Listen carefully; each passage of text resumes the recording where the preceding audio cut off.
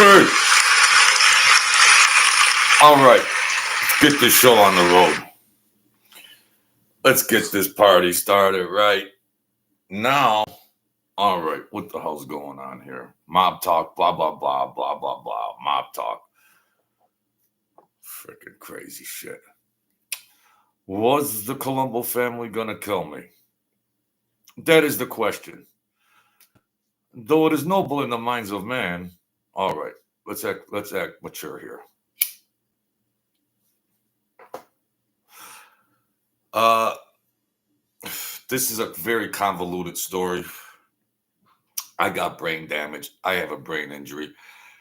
Thinking back on some things in a place and time and wondering, uh, you know, looking back, assessing things decades later, try to get a little more insight on, oh, well, you know what? This could have been happening. EB23. Well, this might have been happening. Well, how couldn't you figure this out, JoJo? How did you not know? Stress will do a number on your brain. And post traumatic stress, like soldiers, will mess your mind up. So it was a cold summer night. All right, Leon. I get a call from like the club at 2 o'clock, 3 in the morning. Very odd. And yep, I'm a fan. National champs. All right. I get a phone call from a stranger. Says, this is Jim at the club. Uh, come down to the club. And I'm wondering, Jim who? Name, rank, serial file. And only Sam, the boss, would summons me to come up there. I'm wondering what the hell's going on. Or maybe once in a while, his niece would say, that was it. Once in a blue moon, the niece would say, Jojo, come up, have lunch or dinner with Sam. So that was normal. So it was odd. And I get up there. There's a guy. Now, I've seen people come in and out of there. Crew guys, New York guys, big ring. It's a big ring. Some might stop and say, oh, you're JoJo. Sam told me about whatever. Oh, nice to meet you. Some won't even look at you. Everybody's just doing their thing. Me, it's best just to ignore people unless they're confronted to introduce themselves to me. Because, if you're not a made guy, they got those rules or whatever. Those rules about you have to talk to somebody. You can't talk to somebody unless somebody introduces you and all that. So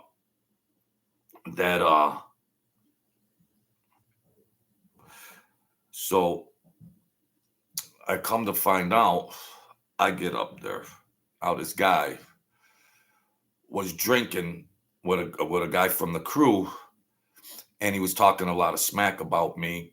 Oh, that JoJo, blah blah blah. And I believe at the time, some of those guys were coming. Some indictments were coming down on them, and I didn't have any hardcore stuff on them to like incriminating things. I didn't have any incriminating things, but it was the guy that I told him the one time, take your gun off, I'll fight your ass, whatever. And that was a mistake. My godfather had to clean that up, and I did it again. So this guy already had a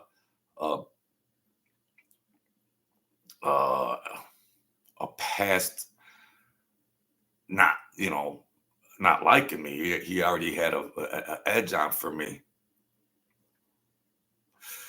And I think psychologically speaking, that if he thought he was going to go away for a million years, he would have just liked to smash me out. And so I'm thinking, what the hell? And I says, I'm driving to New York right now to go see my godfather, who is an enforcer for the Colombos. Me, is he the one that's gonna try to hit me? No. So that I had a code. I had a code back then. There wasn't cell phones. I had a code at a place. It was a business, a flooring and carpet business, and he would check in with them. Well, he told me he would check in with them for whatever else he had going on in the streets. It was like a answering service for him, and he'd go, once, twice, 3 times a day or something, or just call them and get updated on stuff. So I had left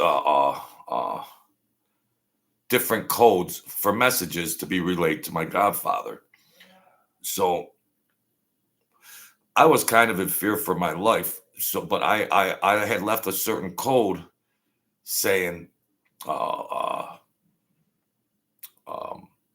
a code would be, I'm going to the game. That would just mean I'm making a delivery and we'll just meet at our meeting place, either where I'm making my delivery or somewhere else at a coffee shop. So that would just be, I'm going to the game or something. Or then then just make this simpler, or I'd just say, I'm dead broke. I can't go to the game. Now that means for him to know that I'm on my way to this carpet and flooring business to let him know what the hell is going on. I was always thinking, worst case scenarios about things. You have to. So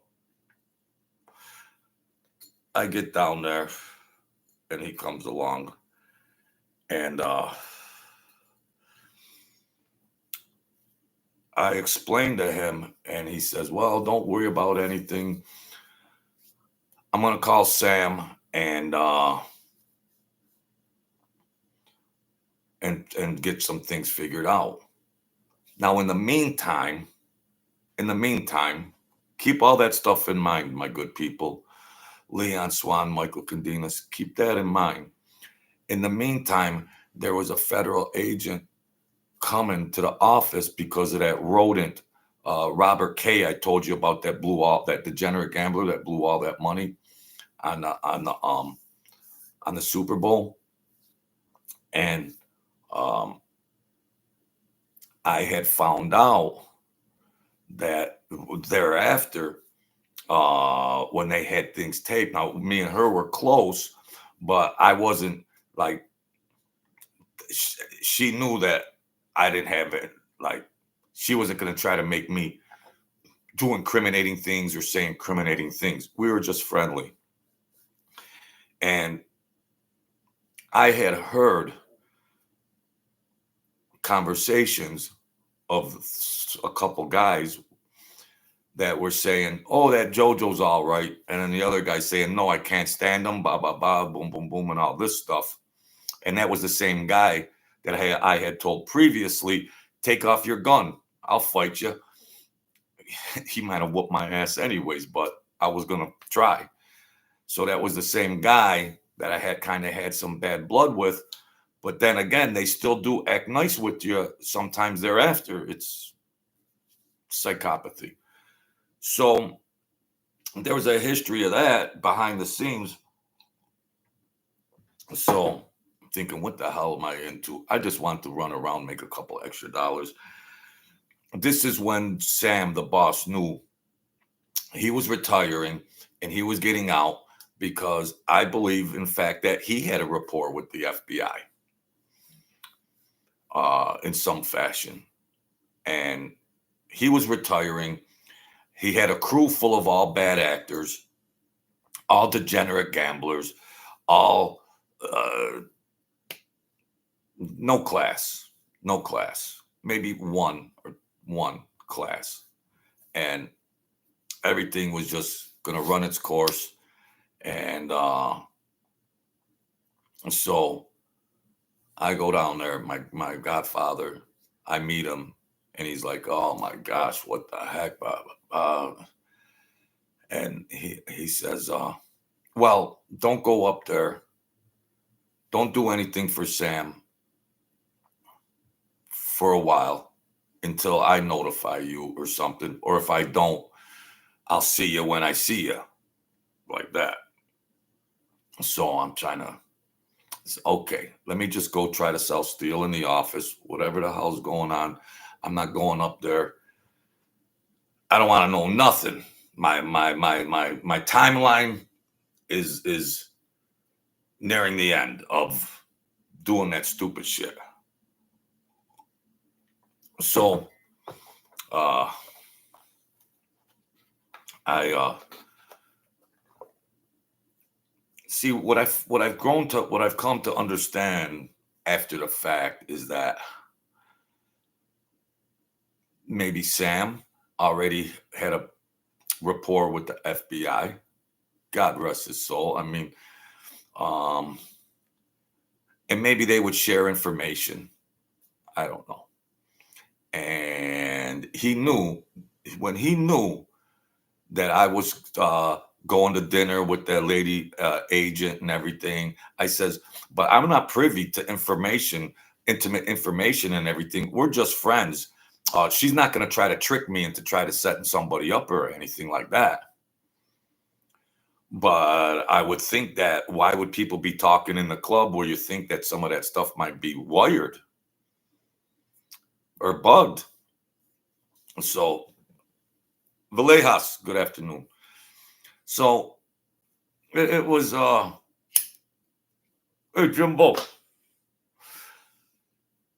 So I kind of started figuring out that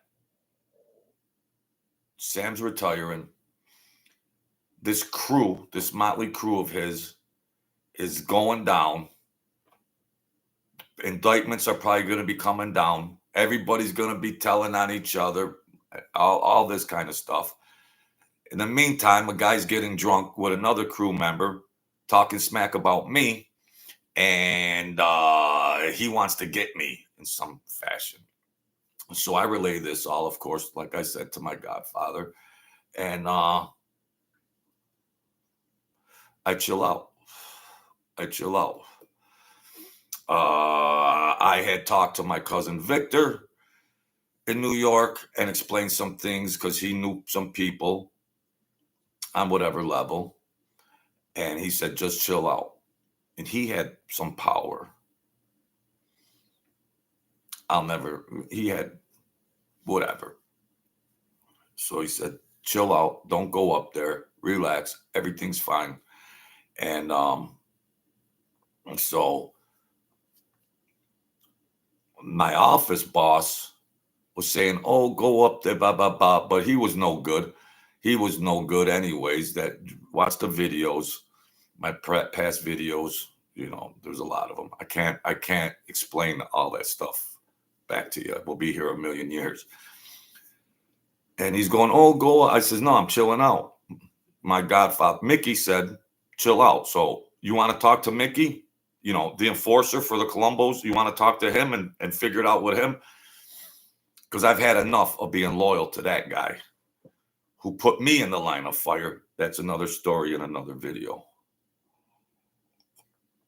So I'm chilling, and next thing you know, Sam retires. I meet up with another guy, Tony. I'm from another family, a high-ranking captain or underboss, and they were doing big business together. He was the guy that come in on the motorcycle with the helmet like freaking Darth Vader I thought he was going to kill me in my office, but we got to be on friendly terms. And I had saw him, and he said, yeah, everything's chilled out, because we like to talk. We got to be on friendly terms. He was a Brutus crazy, but he was really intelligent. He said, everything's cool. I didn't realize after the fact that he knew my godfather. You see, I was young and green. I was a rookie. I was a rookie. And he said, everything's fine. Do you need anything? Whatever. And hey, Ivan Lord, thanks for coming. And Mike Mormeal. So it's like when you're running around, then after that,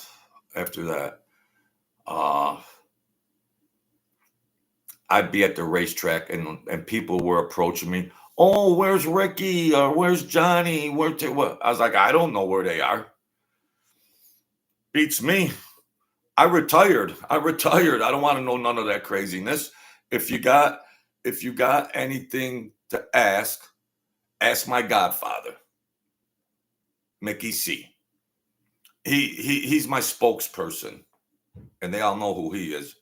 Ask my godfather, or that's it. Or, and they ain't nobody gonna approach him on the cuff. No. So they're like, cousin, sister, hollering at me in parking lots. You know about this, you know about that. I was like, I don't know nothing. I'm a freaking delivery boy. I deliver the bread and milk. I don't know shit, whatever's going on. They're all freaking betraying scumbags. You guys figure it out. Oh, well, we haven't seen. Well, he went to Vegas with some whore. I don't know where he is. Who would tell him? Who would give me that privileged information? Nobody would give me any privileged information like that. What the heck? It's so I was being threatened also by these young Italians that are related to these guys. They're all built like Rocky Marciano, and they're tough guys, but they might not have been in the mob, but they were family members or whatnot, and they're bum rushing me. I'm saying, figure it out, bro. I'm a nobody. Nobody's gonna give me any privileged information. Oh, well, your godfather, but they had a lot of enemies. They were bad actors, bro. They were bad actors. They had a lot of enemies. They owed every bookmaker on the planet Earth money. They stiffed everybody. They're all degenerate gamblers. You'd have to stand in line to want to hit one of these guys. So I don't know what happened. No, I didn't know. I don't deal with last names here. Only my godfather. I don't deal with. Thank you, Pete, for adding on, but I rarely list last names here, which is self-explanatory. So, yeah, and it was fallout, and I don't know. Then you see these guys, and that's why I look at these channels and these guys, these big channels, YouTube channels, and I look at them through a different lens. I perceive things differently than just somebody viewing it like a movie or theater. I view it. That's why I get pissed at Mike Francis and all that kind of stuff. But when you see the people crying, the people at funerals crying, the people going nuts wondering where their family members are, the people crying when they're coming out of the prison, it's just not theater like Mike Francis theater. No, well, he's got a church and a theater, I guess. So I thought I was gonna get hit. I'm thinking, what the hell? And I heard some conversations thereafter where the one guy was like, nah, JoJo don't know nothing. We would go gamble once in a while. He was a cool dude. And I got more intimate, like I said before, though, but you could only get so intimate because they'll turn on you. But there was conversations, and he was like, no, stop it. He said, no. And then he was like, you're going to deal, if you're going to mess with JoJo, you're going to have to deal with a lot of stuff from New York and his godfather. And we don't want to bring that wrath around here. So, and then little by little, everything dissipated. And, I rode off to the sunset, but there was a lot of fallout after that where I couldn't take the pressure. People were, and I always spoke in code. That's why I didn't understand, like, everything's bugged under, everything's wiretapped, everything's, I would always just, can't you just meet in person and say, when we talk, these are the words we're going to use. Oh, Jojo, I says, well, if I ever talk to anybody on the phone, or if I end up somewhere and I got the bread and milk or something, I'm, yeah, hello, I'm ready to go to the game, blah, blah, blah. Or just, it's so simple to just talk in code. Why not? I mean, geez, it's crazy. Crazy. So I was always trying to be a thinker and, stay alive and free. And, well, I forgot to thank you guys for the numbers going up. Please forgive me. The subscribers are going up. I really appreciate that. We're approaching 900. Jeez. Thank you, everybody. Michael, Ivan, Pete, your message was retracted. Maybe because you used somebody's name. I don't know. There's moderators probably. Thank you, moderator. EB23, Leon Swan, BMX, Michael Candinas, Mauricio, Jimbo Slice, Cugini. So that was a turbulent time. I was having ulcers. I was Paul Palmer. Paul Palmer's new here. I got to salute the new people that come in here. Liverpool, UK. Paul Palmer, you know how I do it here. I'm not a tough guy. I like to laugh. I like to have fun. I'm just a runaround guy. I knew you were here, Leon Swan. You can't get any curveballs by me at the plate. I'm not going to get caught looking at strike three, Leon. I know you're there. I got a ground hit. I got a double. Paul Palmer. UK's in the house. This is officially an international channel, my good friends. So I really appreciate that. I'm a grassroots guy. I'm down to earth. I like to joke. I went through some hell with these psychopaths, and my godfather was an enforcer for the Colombo family 1,000,000 years ago. So I appreciate that. We all like to get compliments once, I'm getting old and skinny. Man, I don't look right. Oh, fuck. I can't even edit this stuff out. Okay. I just lost 4 viewers. Jeez. So, anybody else? Michael, Cugini, anybody got anything? Paul Palmer said, I was a little doubtful at watching you, but yeah, I like to watch you. I'm likable after a while. I don't know. Ivan, my channel's growing. I went international.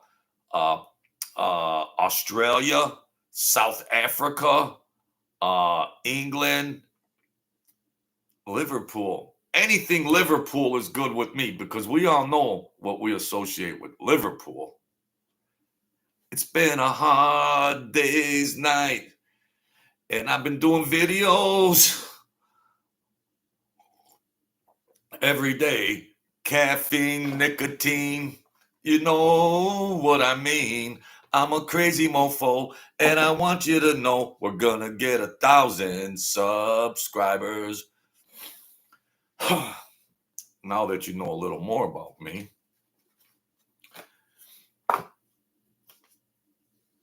Uh, what else we got going on here? This show has just come to a screeching halt. Could you hear the brakes? I love the action. I'm 60 years old, well educated, book smarts, street smarts. Uh, like I said, frustrated stand up comic. I'm a frustrated weatherman. I'm a frustrated talk show host, but I'm not a frustrated talk show host anymore because I'm a talk show host that has 800 subscribers. So now I am a talk show host. And you know what? I believe I'm the best one out there because I'm a natural and I'm a son of God, and we are all royal children. So we should all believe that we're going to be the best and are the best at what we're trying to strive for. All right.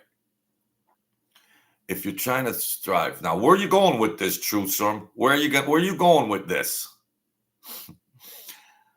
It's just a message of encouragement that the world will beat the crap out of you, but you got to maintain your dreams and goals.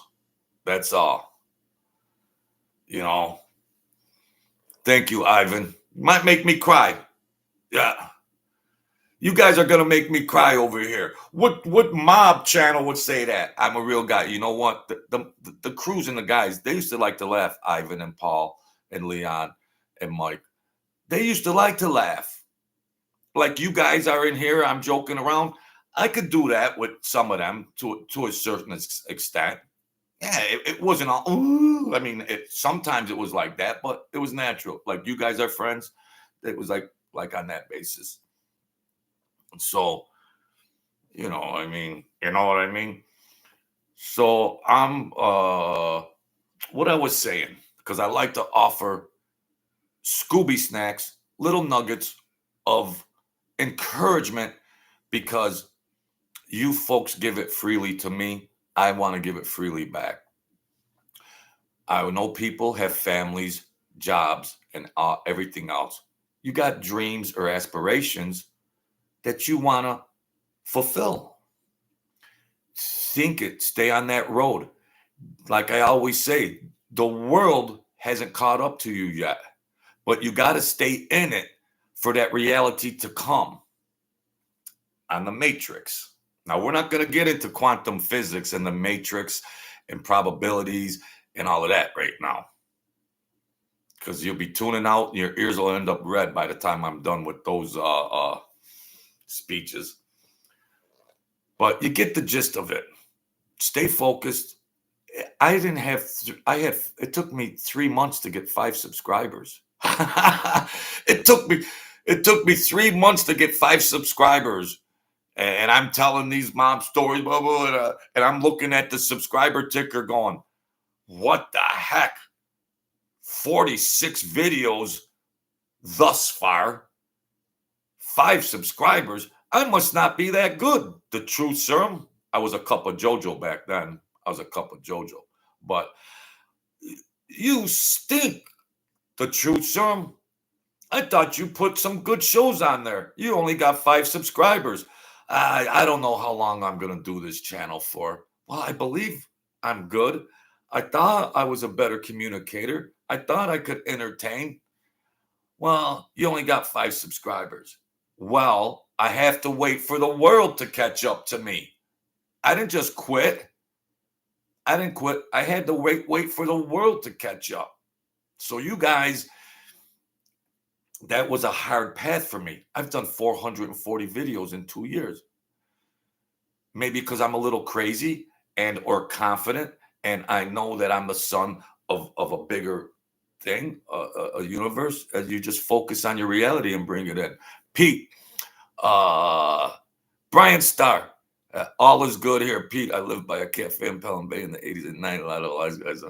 Yeah, I got hooked on coffee later in life. Ivan Laura, that's YouTube these days. They got to be 50 million making them. Yeah, I was just talking about that, Ivan. You know how many? Let me take a sip first. I'll try not to slurp. Because if I saw somebody slurping on a video, I'd be clicking off. I tell myself, well, Joe, just don't fricking take sips of coffee while you're doing a video. That's rude.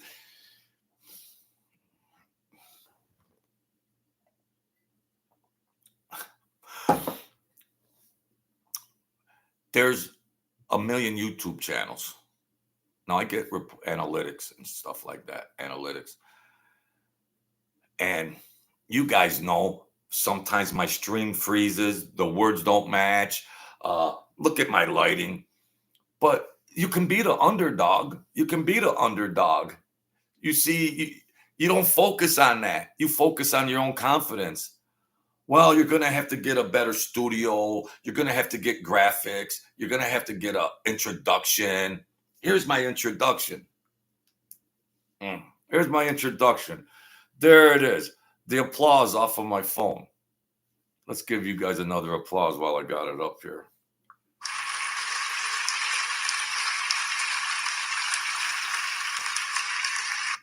That Beatles song is in my head still. When I'm home, I've been learning. Paul D 412, what's up, Joe? Doing good, and you'll have your own wine soon, just like Michael. I've swallowed my cigarette, man. I swallowed my cigarette. Ladies and gentlemen, it's the truth serum wine. Once you drink it, you start lying.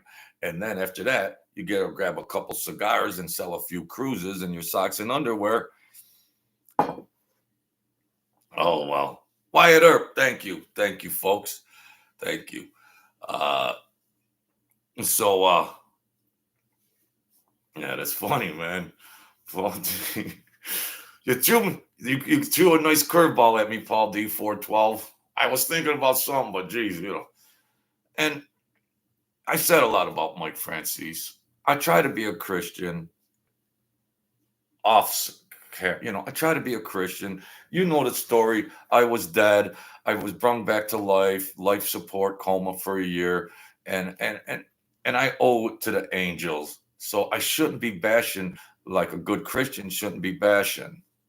I understand that, but I have to have content for YouTube. So that's that. It's a contradiction. I'm a whore just to get viewers and subscribers, but I pray to God that I'm trying to raise a channel up. Maybe I could be successful someday and have a little more prosperity, because I have what I need, but I would like to get, be in a better position financially someday, and I don't come on here begging all the time. I've been begging lately because the Cash App is in there and the link to the book is. But them guys are millionaires and they're selling their socks and underwear. Jeez. So it's a contradiction and then he's telling all kinds of, and that Christian didn't give his mom a dime. Yeah. But you see, Ivan, Wyatt, Joe, Paul D 412, Pete, Michael Condinas, Leon Swan, Mike Amari, all you good people, Mauricio, Jimbo. You see how that Chester the Cheese Man tried to set me up? He hasn't been back in here since. Him and this other guy are trying to bait me in to say there's some breaking information about Mike Francis. He's going down. Be the big one. Be the first one to report it, and your channel will blow. My channel's gonna go where it goes. And he was making some charges about Mike Francis with some kind of trafficking thing or whatever. And this Chester the Cheese Man, and then some other clown got in there and co-signed for him, like, yeah, do it. What they were trying to do, I don't know where they came from, whether they were from Mike Francis's camp trying to bait me into saying something about him that would get me kicked off of my channel. I'm too sharp for that. Chester the Cheese Man, I'm too sharp for that. And your little co-conspirator, I'm too sharp for that. Joe Garcia was here, and that was a little shady. Oh, I'm not Wyatt Earp. I'm not going in Angel's chat. I used to before we used to talk. I'm not going in there with her. I don't want to say nothing bad about her. It's best just to leave the Gottis alone. That's all. Wyatt Earp. No. I talked to her probably within the first year of when my channel started. Her girlfriend's wild. They get jacked up. They talk a lot of smack. But then them other guys on that four-way screen, somebody went over there and tried to take her license plate number and her address, and that's all off limits. I don't want to know nothing about them. Not her. I like her. I like her. She's been through hell. She's been through hell. I mean, it's easy to judge, but I just leave it alone. I like the Gottis. I don't want to say anything bad about any of them. But just fallout from you guys know what, you know. But Joe, you seen that Joe Garcia? You saw that was a little shady. They're putting in here. They're trying to bait me. Oh, this is going to be big. We saw it on CNN. First of all, CNN is garbage to me, but I knew it. I knew it was bull crap even before, even beforehand. Later on, I Googled. There was nothing about it. So Chester the Cheese Man, don't ever come back on here again. You're working for Mike Francis or somebody, or just trying to make me say something about Mike Francis. No, he thought that because I've said my opinions about Mike Francis, that I would just willy-nilly go right with this and start making these allegations about Mike Francis. No, outside of that, as a Christian man, outside of that, he's just a 70-something-year-old man doing his thing. Whatever he does, he does. I do my narrative for MobTube Entertainment. But as a civilian outside of MobTube Entertainment, I don't care what to let the guy live. Let him live outside of here, just because I've had very forceful opinions about his conduct in the mob and the way he's carried himself, doesn't mean that I'm just going to willy-nilly say, oh, me, Chester the Cheese Man just said this. Oh, blah, blah, blah, blah, blah, blah. You know. Yeah, it was shady, Joe. So Chester the Cheese Man ain't been back in here since. Now, unless somebody else told Chester the Cheese Man, oh, that guy you watched, the Truth Serum, tell him this, or unless somebody baited him to coming on. It's too much for me to unravel. I don't need that. I don't need that gibberish. I don't need that gibberish. The guy should have more discretion anyways. If it's you, Chester the Cheese Man, or somebody else told you, you should have more discretion, or some kind of a semblance of an IQ to say, why even put that in the comments? I mean, come on. Ivan Lore, you were in the Catskills? The Gambinos used to rock and roll. They had a wedding, 35,000. They ran off on the wedding. They ran off on the bill. Wow. I was at a wedding. This is enough for another video. I was at a wedding, and there was a scumbag degenerate that owed a lot of money. And you know they have that basket of the envelopes and everything. And a guy robbed it, you know. Oh, all right, Ivan, that's cool. And a guy, a psychopath, that's still living today.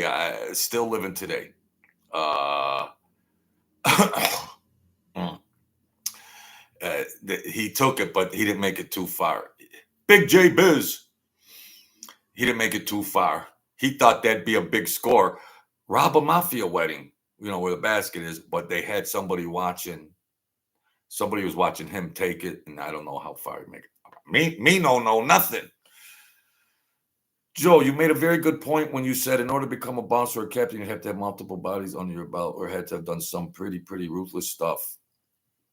Yeah, I mean, it's common knowledge while you guys are learning. If some people don't know and you're being educated on like the rules and conduct of the mafia, the norms and mores of the mob, well, I mean,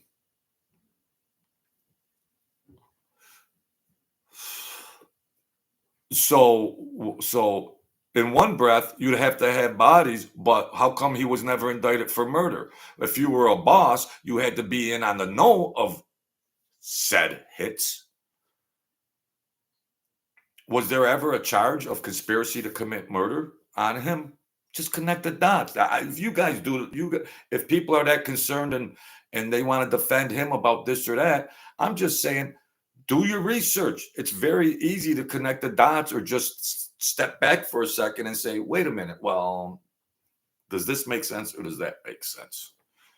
You know, that sounds like a very bad idea.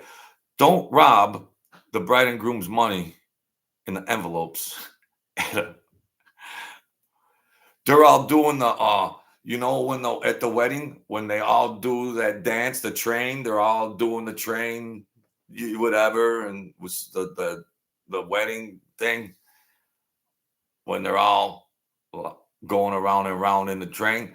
They were doing the train, and the guy's over there, and mm, I actually saw that twice. I saw it at another place, at another wedding. I actually saw that twice. You wonder why I'm nuts? I actually saw it twice, and it was and where the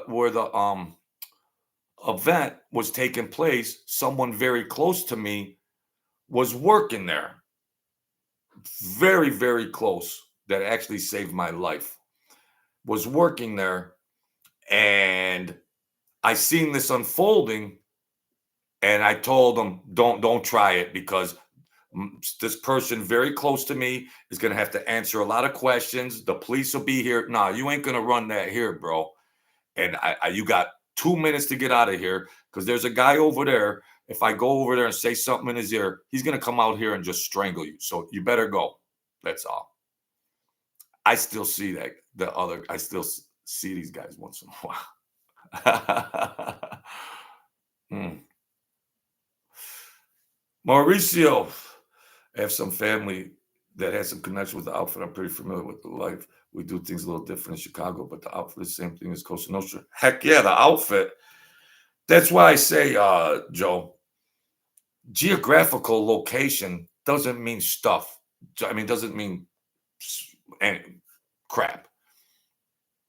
Just like Gene Barillo tries to put down Joey Merlino and the Philly mob. The Philly mob only had, what was there were 7 people in the Philly mob. No, the Philly mob was dangerous. Chicago outfit, it doesn't matter. The danger meter, the violence meter isn't in direct correlation to whatever geographical location or city you're located in. There's crazies running around everywhere. Cleveland, I always say I knew some good guys, but they were still crazy. Anybody out in just civilian life could be a good guy, but they still have the capability of being crazy. I don't know to the extent of committing murder though, but that's another subject. But you can't knock somebody. I would think, Joe, the Chicago outfit is up there in the Hall of Fame of outfits. Ivan says, I always thought it was interesting. The mafia was so big in like Midwest places, Missouri, and places like that, wherever you can run a racket and generate money, you can set up shop. You can make money anywhere USA. I was around that gambling, and even up into Canada, even up into Canada, and you'd get to like Cleveland, Joe, Chicago, all points west, all points northwest, all points southwest, just all points west. People don't like people, because in all historical accounts and all the schema and knowledge of the mob history is more or less allocated or designated to the New York City mob, but Al Capone, Chicago. But nobody would say, those boys from Poughkeepsie were tough. Poughkeepsie, those guys from Cleveland just, it don't matter. It don't matter. I met a lot of good people And it don't matter by your location. You got desperate people out there that just don't care.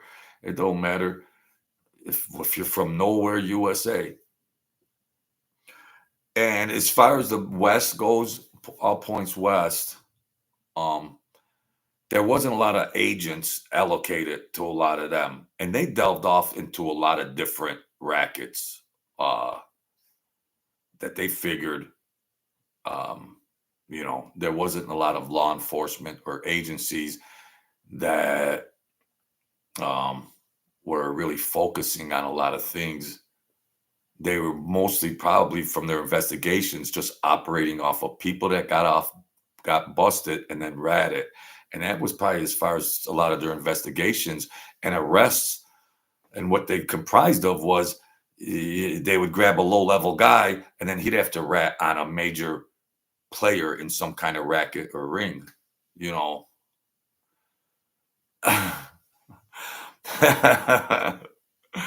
Holy cow. Hey, lunacy at Claus. So you're an associate? Nah, I was just a friend, not a friend like a friend in the mom associate. Nah, I was just a runaround guy. I don't even think I associated with them.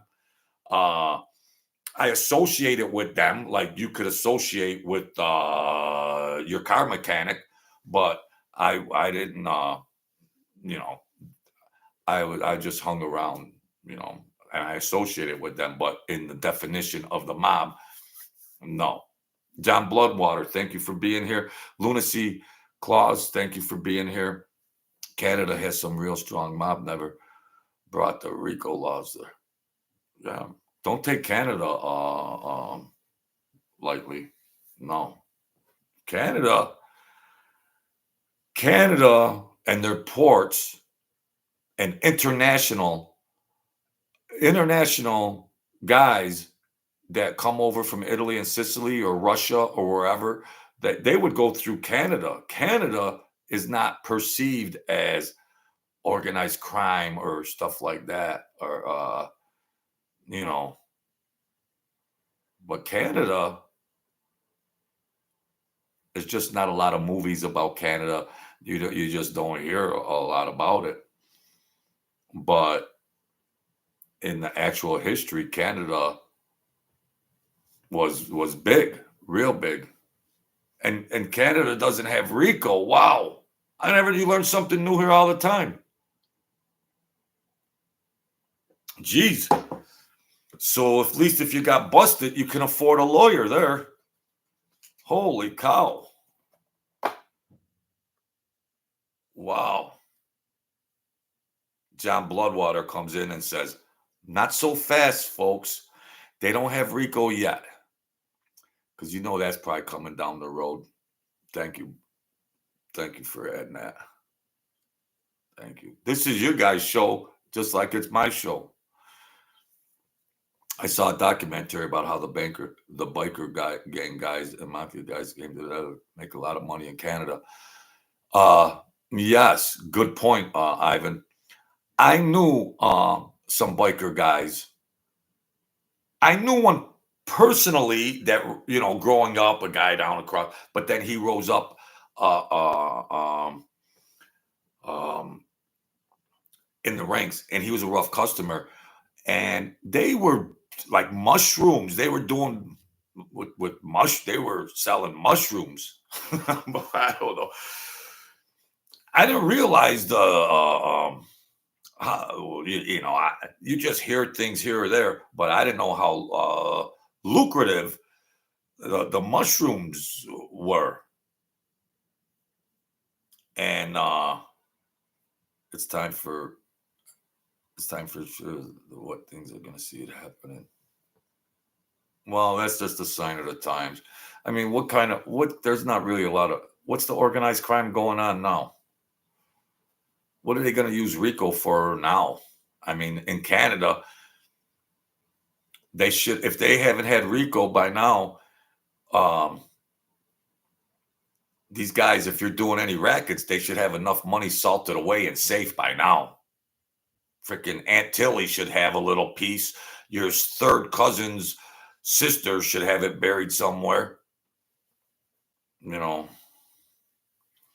But they you hear what they say about the mafia and how they didn't approve of drugs, you know.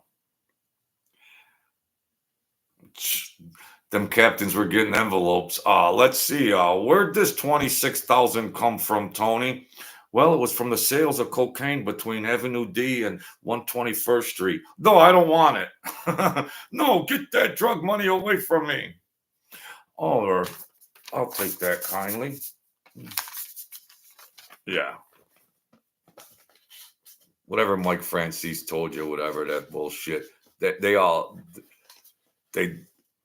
they did drugs. And my godfather was an enforcer. And I think sometimes, I don't know, uh, sometimes maybe he had to protect. Now, they had a warehouse in Manhattan. You know the garment industry. John Smith, thank you. Uncle Joe was sharper than cheddar.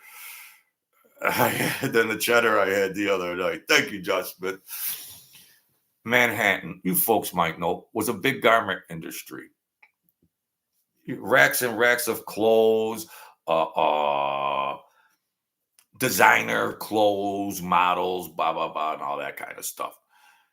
They had a warehouse where you could rent space, or sometimes these gangsters owned real estate, but you could have racks of designer clothes.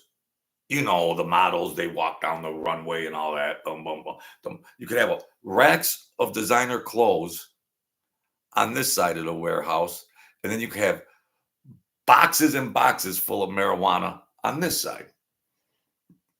Under 24-hour guard, 24-hour armed guard, maybe public security for the garments, and then maybe mob security for the drogas. So, and that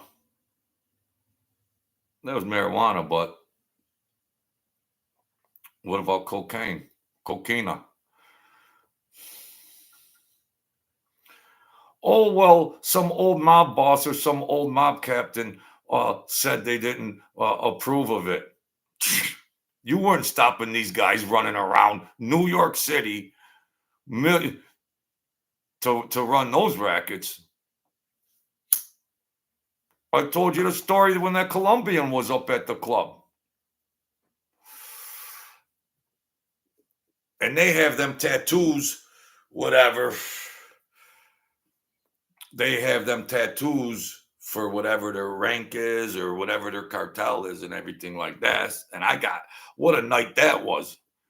What a crazy night that was. But I knew the crew member had bags of cocaine this big. And I thought, well, what if Sam finds out? What if Sam finds out? What, you guys aren't scared? What if Sam finds out? It didn't matter. Sam was getting those envelopes like, I don't know nothing. Then call his accountant up later. Yeah, we're going to make another deposit in that safe deposit box. Yeah, okay. Yeah. Don't listen to Mike Francis and that bullshit. That's all. His historical account, I give 17% accurate, 83% bells and whistles and whatever, let him do it. Let him do it. God bless him. God bless Mike Francis. I talk a lot of smack, but you got enough money, Mike. Why embellish? You're a freaking megalomaniac. Please forgive me. I repeat myself, but why do that? You got all the money. You left the mob with hundreds of millions. Why the hell would you even do a YouTube channel? If you were true blue Cosa Nostra, all you see are the rats on YouTube. Figure this shit out, folks. Come on. A lady in my area got busted with 30 pounds of meth, 40 grams of cocaine last week. Random but remarkable. Wow. I knew a guy. You remember they were making that stuff out of Sudafed or whatever? Sudafed, and they were making all that stuff. I didn't know him personally, maybe around the racetrack to say hello, blah, blah, blah. That's all I'm going to say. But he crossed the border to Canada with that Sudafed, whatever they were making, Sudafed, where they're going to the drugstores and cleaning out the whole thing. He was 30 at the time. They never let him out. This is the year 2024. They never let him out.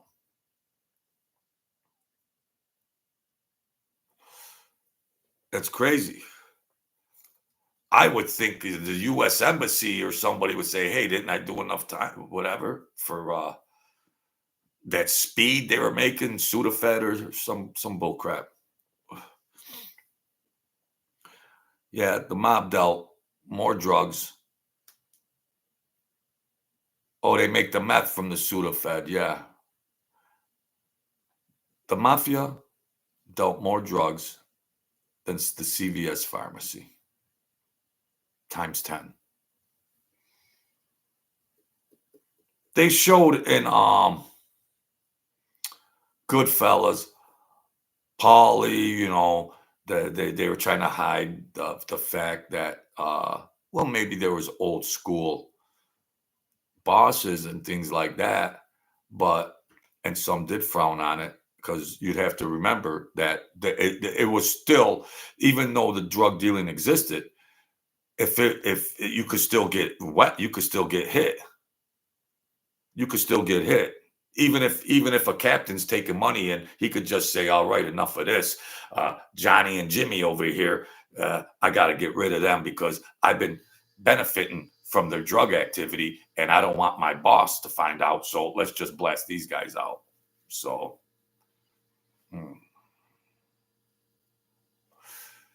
yeah. Yeah, you know, it's greed. Who looks the other way, Ivan?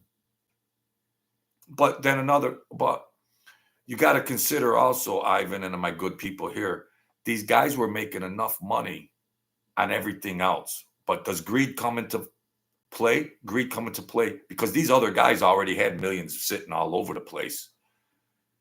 They already had millions sitting all over the place. Who cares about making 20,000 a week? And now you're in a drug conspiracy with two other co-conspirators. So how greedy are you to want to go down that road? It was greed. Why compromise your freedom? You got safe rackets. You're still a free man. And then all of a sudden, somebody's pitching to you, hey, come here, listen, I know a guy in, well, wherever, and we can do this and we can make this much money. Why? You know, some guys that pitch that, they could take a bullet, or some guys that pitched it, they can get the guy in there, a higher ranking guy, and more or less bribe him. That's all. But they wanted them envelopes because a lot of these other guys were degenerate gamblers and they owed big money. So when you're looking at this stuff, trying to analyze it logically and common sense, you'd say, well, why this? Why that? Well, there's another underlying theme that a lot of these guys were degenerate gamblers. They were desperate. They owed this family big money. They owed this other family big money. They were playing a juggle game.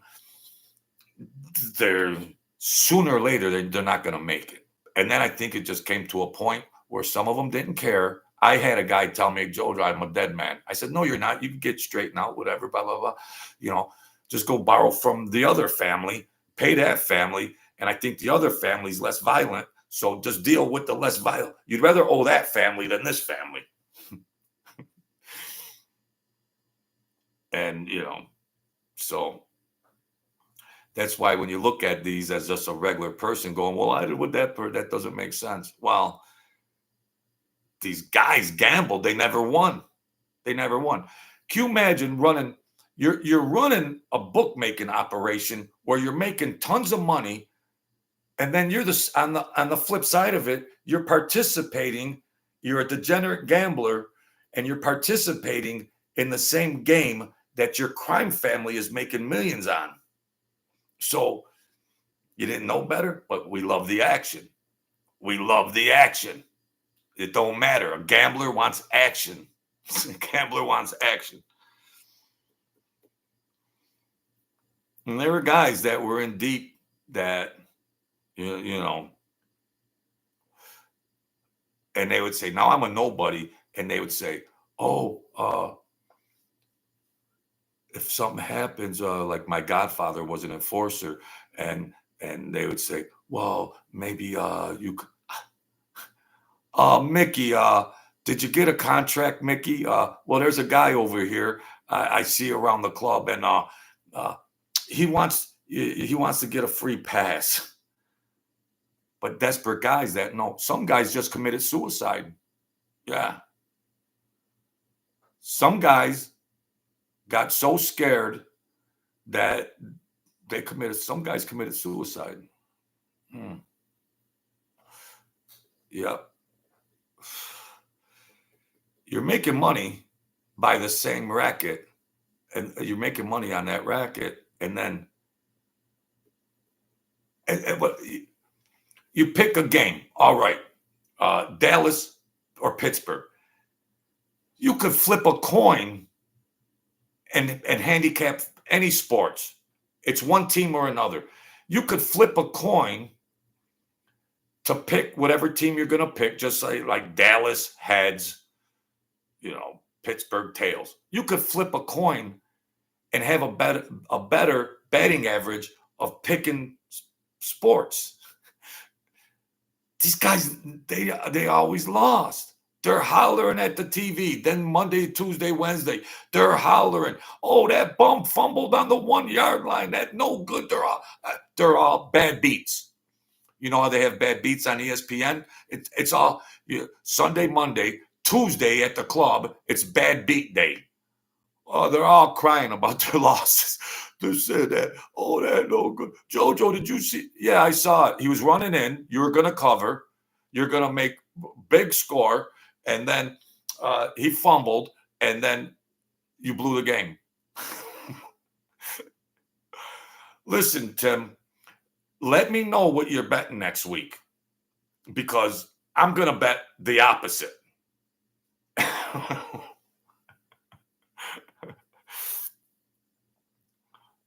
I didn't say that. I said it to another guy just out of joking, but these guys were in deep and they were under a lot of stress.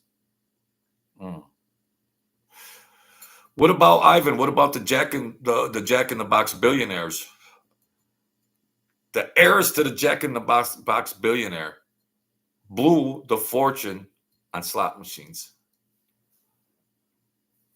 Wow. The government's running the rackets now. That's all. So, man, I love it when you guys come in here. I like to have fun, chop things up. And we got some new people in here. Yeah, did you see that Chester the Cheese Man trying to get me to take the cheese? No wonder his name is Chester the Cheese Man. Ivan, thank you, bro. Jimbo, thank you.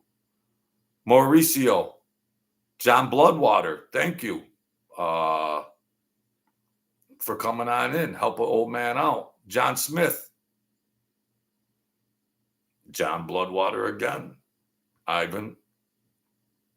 David BMX, you're not here, but thank you. Michael Condinas.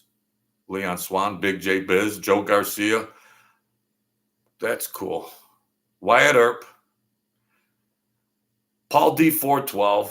Brian Starr, that's a star. Paul Palmer, yeah, all right. Thank you for your encouragement. I appreciate it. Thank you, Paul Palmer. If any of these guys got channels, check them out. EB23. All right. Michael Condinas. All right.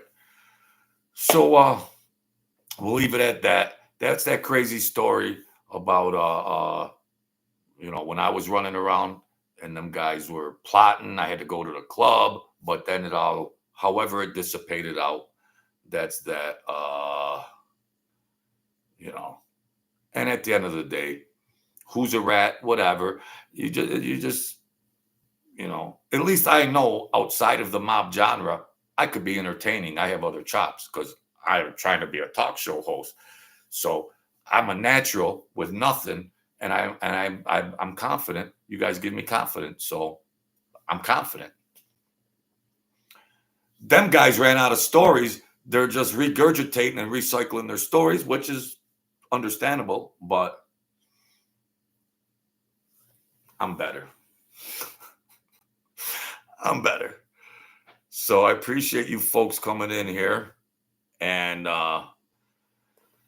you know, and everybody hit that damn like button too, Hit the like button. Thank you, Ivan. You guys want to go in on a hit? Hit the like button. That's all. Subscribe. Check out all my other videos. I did 400 videos. There's at least 40 movies in there somewhere. So go ahead. You want to entertain? Here we are now. Entertain us. Come on. So that's that. I get psyched when I get to come in here, Ivan. I get psyched because I'm just getting acquainted with you guys, well-meant people, and it feels like I've been I've known you guys. It's nice. It's nice. It's not all about violence and blood and guts. Love and compassion wins, and you live longer too, not by dodging violence, but biologically, physically and biologically speaking, laughter and joy and happiness might add. I'm 60, so I need to add a few more years. So if you can laugh and it adds 4 seconds to your life, just keep laughing, even if you're a crazy man. That's all. Keep laughing. Every time you laugh, you add 4 seconds. So I just might laugh 24 hours straight and add like 3 hours to my life. Thank you, Ivan Lore. Thank you, man. Thank you. Because you know why? In real life, natural love and compassion and just being real wins. It wins. The lightness will beat the darkness in real life. In real life and everything. So thank you, John Bloodwater. Um, I'm not the end all of knowledge. I'm well educated in many fields. I'm street smart, book smart, but I don't know everything. I don't know everything. I'm not an encyclopedia about the mob. Jimbo Slice, thank you. I'm not an encyclopedia. I was dead for an hour and a half on the floor. I was in a coma for a year. I got brain damage. I'm not an encyclopedia about all this and that. I have faults and deficits. Mo Alley, where you been? David BMX, where you been? I've been waiting here all day for you guys. Thank you. So, but I just try to do a different spin, a more natural, humanistic thing on it, because I was given a second chance at life. So if I'm going to talk about blood and guts, I better do something good and enlightening and talk about love and compassion and rise up in your vocations, rise up in your relationships. Maybe you can have more prosperity. Maybe you'll have more sunny days. And my late great mother would be proud of me. Then Jojo, why are you just talking about all that stuff? No, I didn't raise you like that, Jojo. No, I'm trying to give encouragement, Mom. I'm trying to give encouragement to people. So let's just see where it goes. Because the people give me the encouragement. So what a dynamic that is. What a dynamic. You learn about life and psychology. You're never too old. You learn. By observation, by experience, you learn. But I don't want anybody, any of you good people or anybody, to have somebody tell you that you're not good enough. You can't do this. Why not? Thank you, Paul Palmer. Thank you, Paul Palmer. I look at things. I'm going to do this right till my damn battery runs out. We got a couple minutes. Thank you, Paul, Ivan, Jimbo, John, Bloodwater. I try to raise some encouragement because uh, we're trying to have a happy life. You guys got families, spouses, children, jobs. We want everything to prosper up positively. We want things to prosper up positively. But what's the flip side of that? Negative stuff. The world's a vampire. It wants your blood, and then you're going to get thrown off base. All I'm saying is the matrix is there. All the possibilities are there. Live it, feel it, attain it, and that reality will catch up. My reality was way back when it took me 4 months to get 6 subscribers. My reality was, well, Joe, you're getting a little frustrated. What are you going to do with this channel thing? You don't have lighting. You don't have graphics. You don't have anything. You're not going to make it. I thought to myself, okay, world, vampire, you're no good, Jojo. I thought, well, hold the phone. Maybe I might be good enough. I ain't giving up. I'm not giving up. I'm going to get not only 500 subscribers, I'm going to get 1,000. Unless it just completely bottoms out and I get 1 subscriber every 6 months, then, John, the old saying about the baby bull and the papa bull, when the baby bull says, let's go run down there, and ba, and the old man says, no, let's walk and them all. So, thank you, John Bloodwater. So that's all. Whatever you're doing, I beat the analytics to get 50 subscribers. But exponentially, I'm in a good percentile. So I don't know. We just got to keep pumping.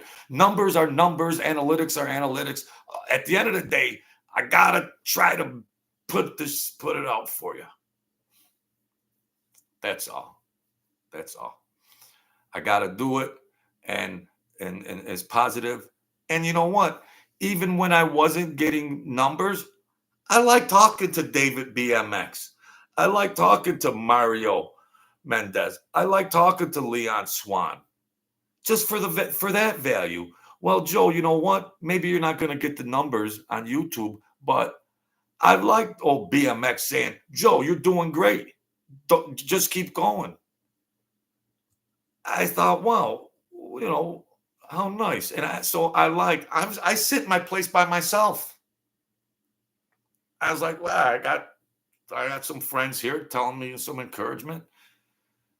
So, that's why I say if you can help somebody out there that's struggling with a good word, you don't know how far a good word will go. Men try to be macho men, bulletproof, tough guys. Oh, yeah, I got everything under control. And yeah, God forbid, I don't need to talk to anybody. But no, a macho man, a strong man, looks at himself and says, I might need to get some things straightened out here or cover some things. That's all. I did couples therapy for people. I did freelance counseling. There's a young me. I did it. I know about psychology and therapy and everything else. I know all that. I'm not just some tough Guido. Oh, yeah, he stabbed him and there was blood on the wall. No. I'm a Renaissance man. So come here for the juice. Come here. So love and compassion wins. I think what I'm trying to say is love and compassion wins. And the lightness will beat out the darkness. That's quantum physics. Simplified. Lightness will beat the darkness. Like I said, you could bring a little light in a dark room and light it up. You can't bring a little darkness in a light room and darken it. That's it. I should be getting paid for this stuff. You guys are going to have to start donating to my channel, man. This is the last cup of coffee I got to my name, and I'm going to warm it up later. So I got something to go to bed with. You guys are going to You guys are gonna have to. You guys are gonna have to start doing something over here. Nah, just talk to me in the thing and hit the like button. That's good enough for me. That's all. I don't want to be a beggar. Just hit the like button and subscribe. That's all. So hold on here. Let's hear it for the good people that watch the Truth Serum. God bless them and their family, and let prosperity, the universal forces, whatever you believe in, let prosperity come onto good people, goodwill people.